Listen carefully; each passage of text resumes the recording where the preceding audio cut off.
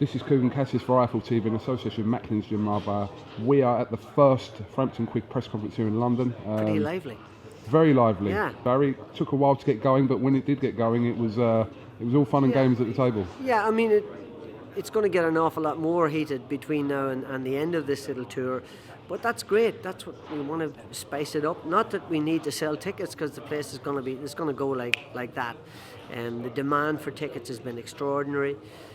But this is a fantastic fight. This is the biggest fight in the super bantamweight division, bar America, all over the world. It's huge, and it's a fight that we're 100% confident we'll win. I know they feel the same way, and I just hope the fight develops into the fight that will be remembered, because we're pretty confident that we will do a number on this guy, and they feel the same, and I hope for the fans' sake it lasts long enough.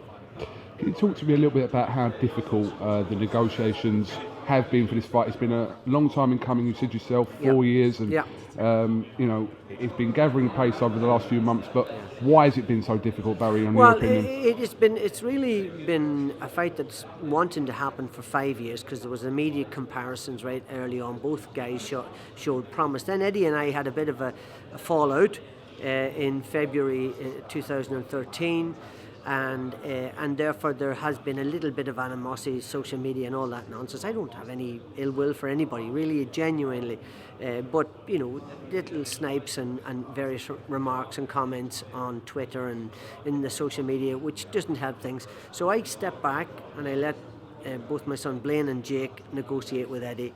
And I said, look, we want this fight to happen. We don't want it, often careers will end and fights don't happen.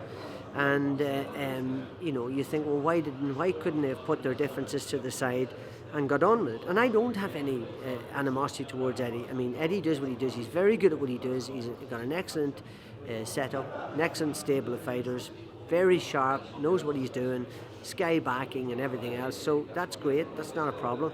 But I have no ill will towards him or to anybody else. The fight had to be made. And I feel that often it can happen. Like, for example, Pacquiao and Mayweather. It happened at the end of their careers, and the fight turned out to be a poor fight. Very disappointing. It was hyped out of all proportion, and it did not deliver. I believe this fight will deliver. Why? Because it's at the right time in their careers. Did we see snippets of some of those differences you mentioned in that press conference today? It's all childishness, and we're invariably going to have some more of it between now and Wednesday. But I don't care about that. The fight's made. That's the important thing. And we can talk till we're blue in the face about who's going to do this and who's going to do that.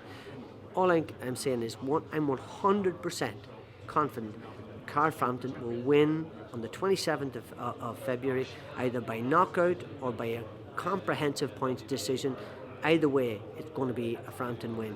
And that's all that matters. And they can say the same thing, and we can bitch and fight and talk about things that happen in their career and avoiding this, and they got hurt in the sparring, or this and that and the other, and the people get knocked down. Doesn't matter. Doesn't matter. It might spice things up, but it's not going to sell any more tickets, because the demand for tickets is quadruple the tickets that are available. So that's good. Therein lies the problem. People are going to be disappointed. And I'm telling you right now, and you know KUGAN because you were there, the history's there to prove it. Scott Quigg does not draw people. Carl Frampton draws an army, and we will make it feel like Belfast on the 27th of February. And anybody that thinks it won't sound like Belfast is mistaken. We knew one of the sort of stumbling blocks leading into this was the choice of venue, but obviously it has been agreed as Manchester. And you, Carl, Shane, you're all happy 100% with going to Manchester? 100% happy that it was going to be Manchester. Look, the point is, it was a negotiating tour. I knew that we didn't have a venue in Ireland, and the reality was all the other venues were either too small or not available.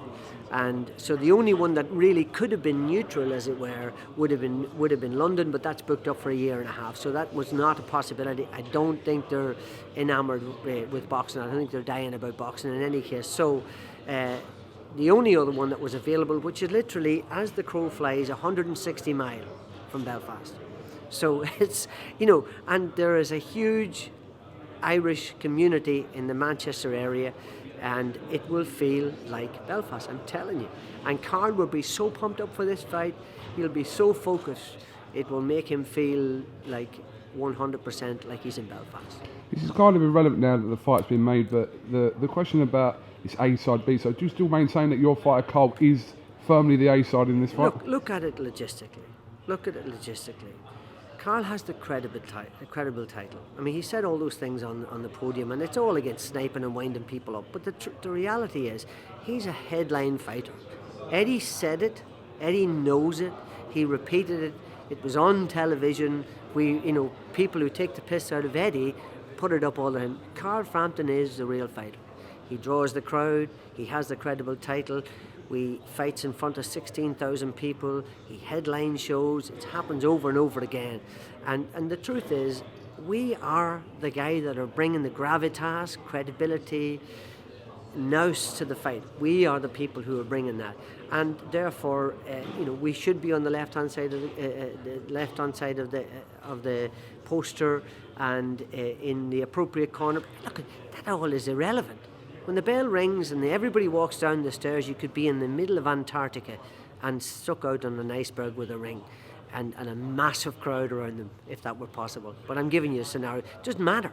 It doesn't really matter. It's 20-foot square. That's all that matters.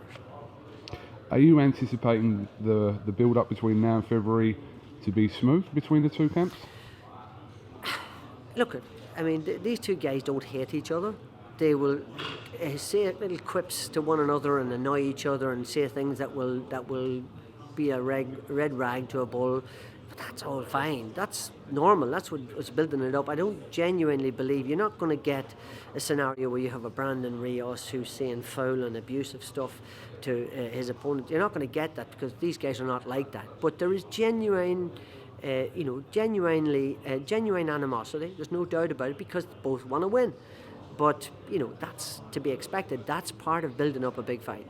Final question, Barry. Joe Gallagher in the press conference said that this fight will be easier than what people think, and it will go early. What do you make of that? I know it'll be easier than he thinks, but it'll be easier for us because Carl will be 100% ready for this guy, and let's just wait and see. Let's not talk anymore. Let's just wait and see. On the 27th of February, my birthday is the next day. We will be celebrating early. Barry McGuigan, do you have anything else you'd like to add? Nothing. Just everything's fine. We're looking forward to the 27th of February. Convincing win in emphatic style by Carl Frampton. Mark my words. KUGAN, CASSIUS, Barry McGuigan, IFL TV, thank you very much.